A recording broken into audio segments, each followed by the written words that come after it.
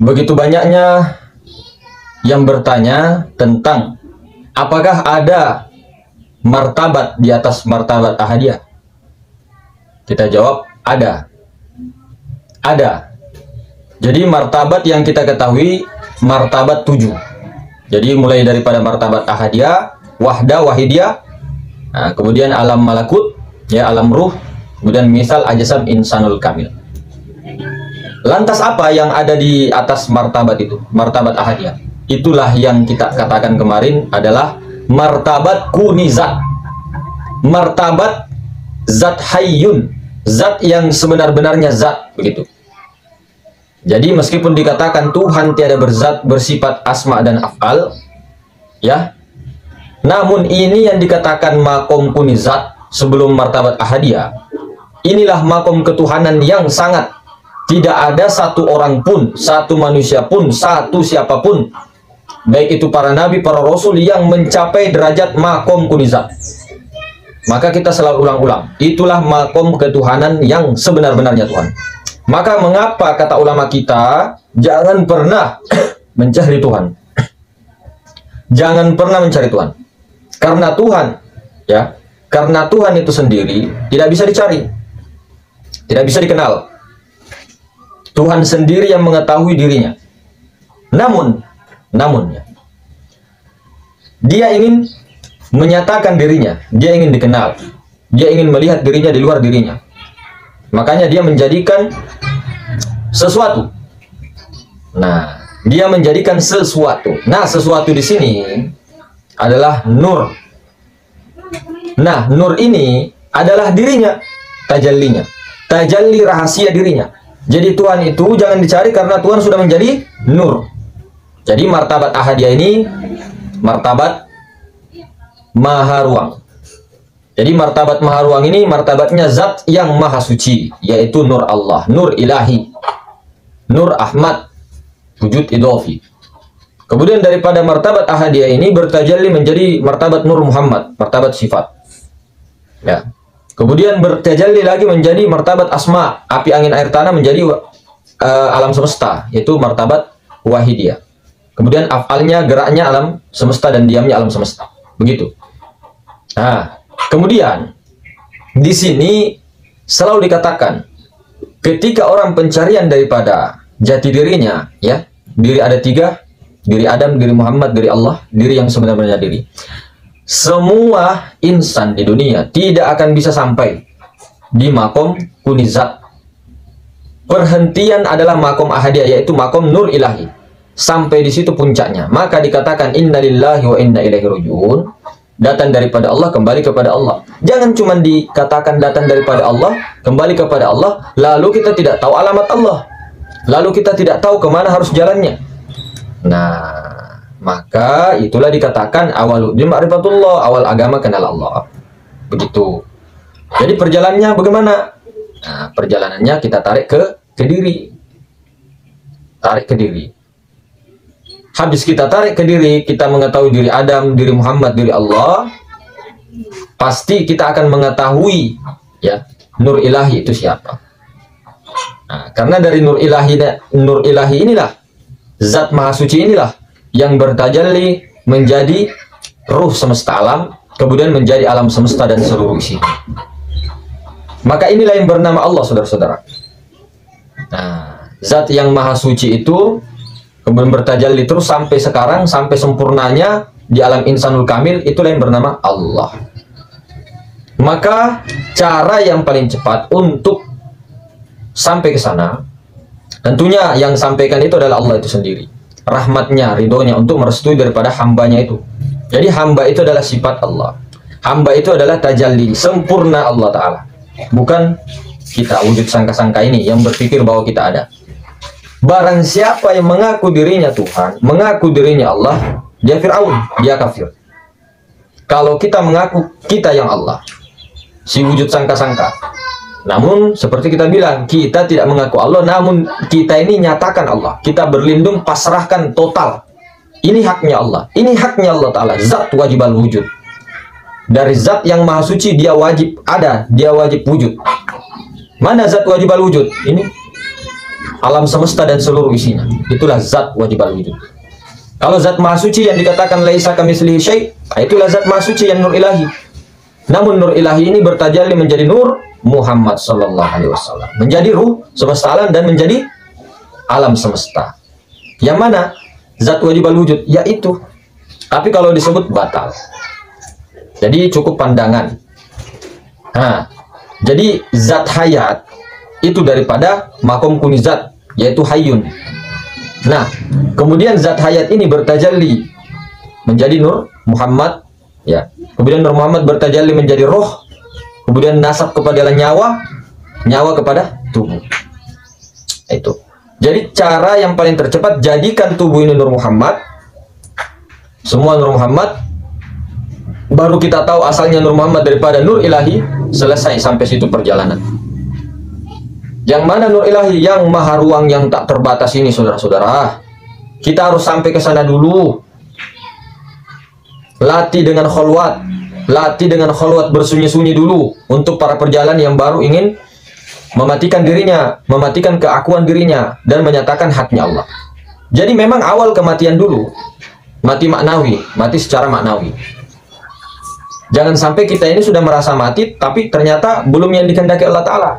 Makanya kita ini harus tahu posisinya. Apanya yang dimatikan? Pikiran kita, wujud kita, mewujud sangka-sangka kita ini loh. Di pikiran kita bahwa kita ini melihat, kita mendengar, kita berkata-kata. Ini. Jadi kita itu selalu musyahadahkan supaya kematian ini betul-betul sempurna. Kematian maknawi ini. Sebelum ajal tiba. Harus pulang sekarang ke nur ilahi. Maka bagaimana caranya? Jadikan nur Muhammad batang tubuh. Ya, jadikan nur ilahi yang di dalam. Jadi bukan lagi roh dengan tubuh. Nah, itu jalur tercepat sehingga musyahadahnya terus ke nur ilahi. Sudah pulang sekarang waktunya pulang. Pulangnya kemana? Ke situ. Sudah pulang. Terus ini siapa yang ada? Yang ada ini sekarang ketika setelah mematikan diri yang ada adalah nur ilahi. Nah, kita tarik lagi nur ilahi ini yang bernama Allah Ta'ala. Nur ilahi nur Muhammad. Itu.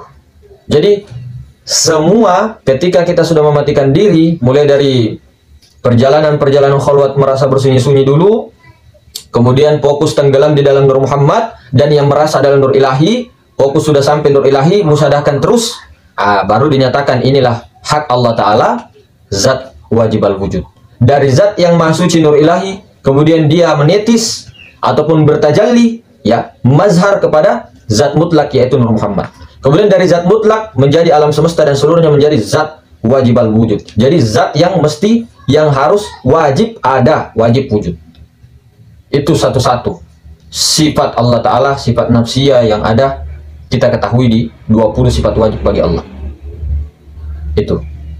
Jadi apa yang menjadi hijab tebal, apa yang menjadi itu, karena sangka-sangka ini selalu bingung ke sana kemari, merasa melihat, merasa mendengar, merasa hidup, merasa berkata-kata, merasa sebagainya.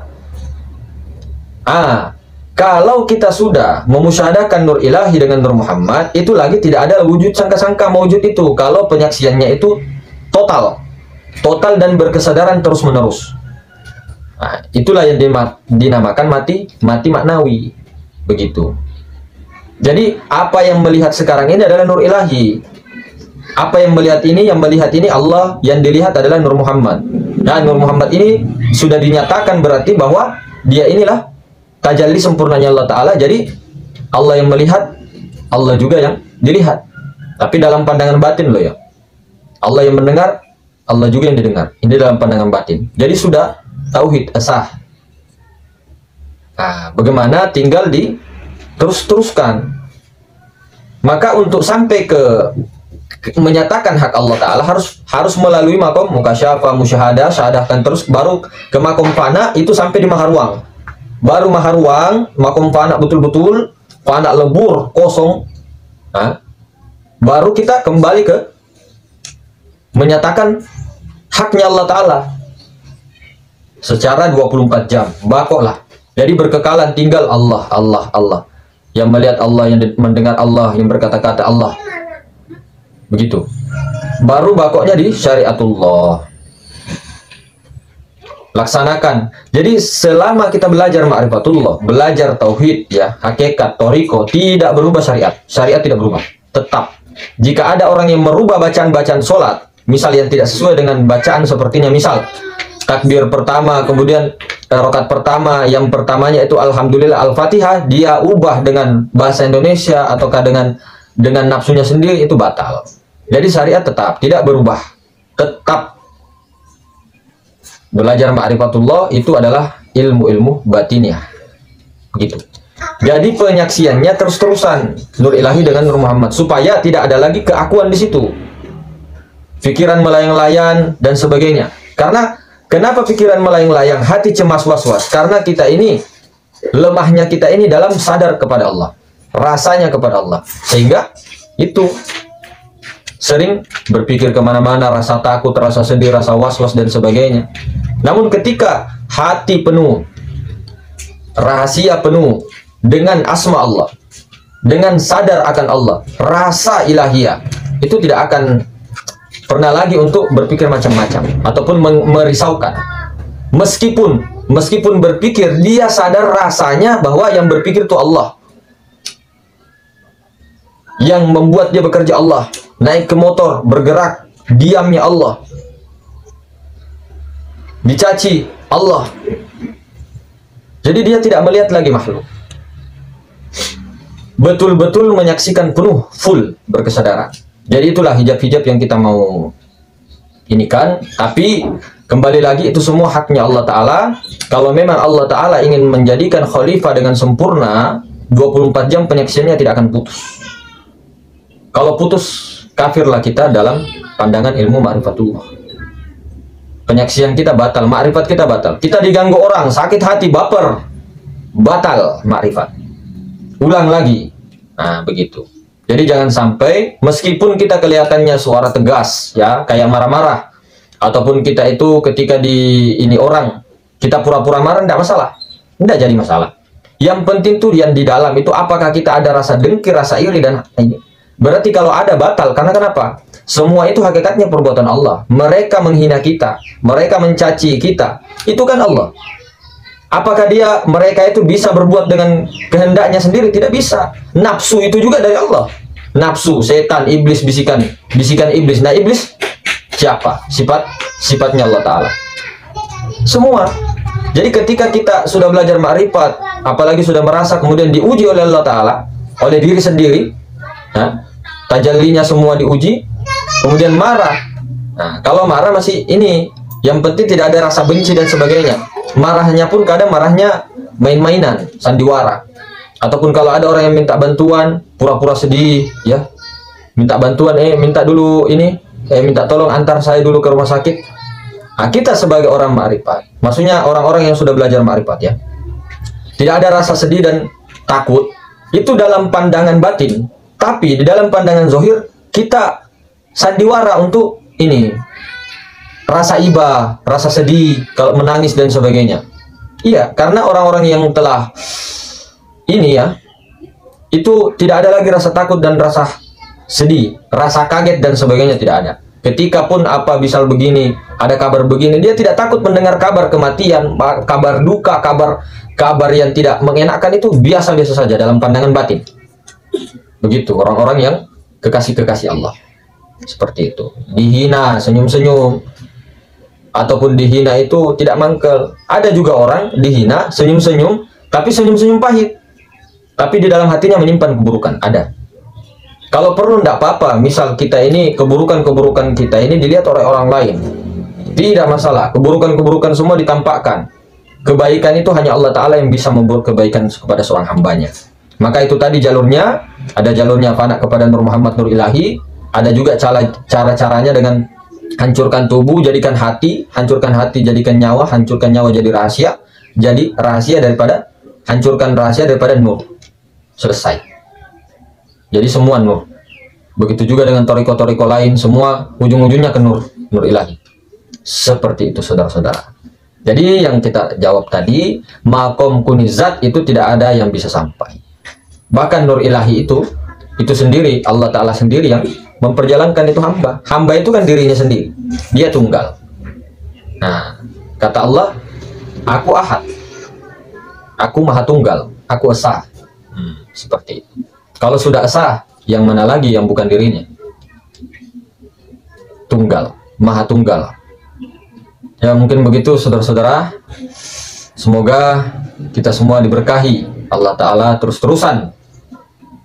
Bagi siapa yang telah menemukan daripada diri sejatinya, diri sebenar-benarnya diri, yaitu al-haq, tinggal mengusyahadahkan, tinggal itu semua. Tetap bersyariat, bertoriko hakikat dan makrifat, namun pandangan di batinnya itu tetap ketunggalan. Kalau pandangan syariat, tetap bersyariat di depan orang-orang, jangan ketahuan, ya. Bagi saudara-saudara yang memang mempelajari ini, jalur-jalur ma'rifatullah, kalau bisa jangan ketahuan. Kecuali memang perintah mursyid, gurunya untuk menyampaikan suatu dakwah tertentu, ya silakan. Ataupun perintah daripada mursyid Rabbaniyah yang ada di dalam, silakan. Tapi kalau untuk lebih bagusnya bersembunyi di balik terang, paling bagus. Tampakkan semua aja keburukan-keburukannya, tidak apa-apa. Yang penting jangan menyimpan keburukan dalam hati, rasa iri, dengki dan sebagainya. Jangan. Ya, begitu. Assalamualaikum warahmatullahi wabarakatuh.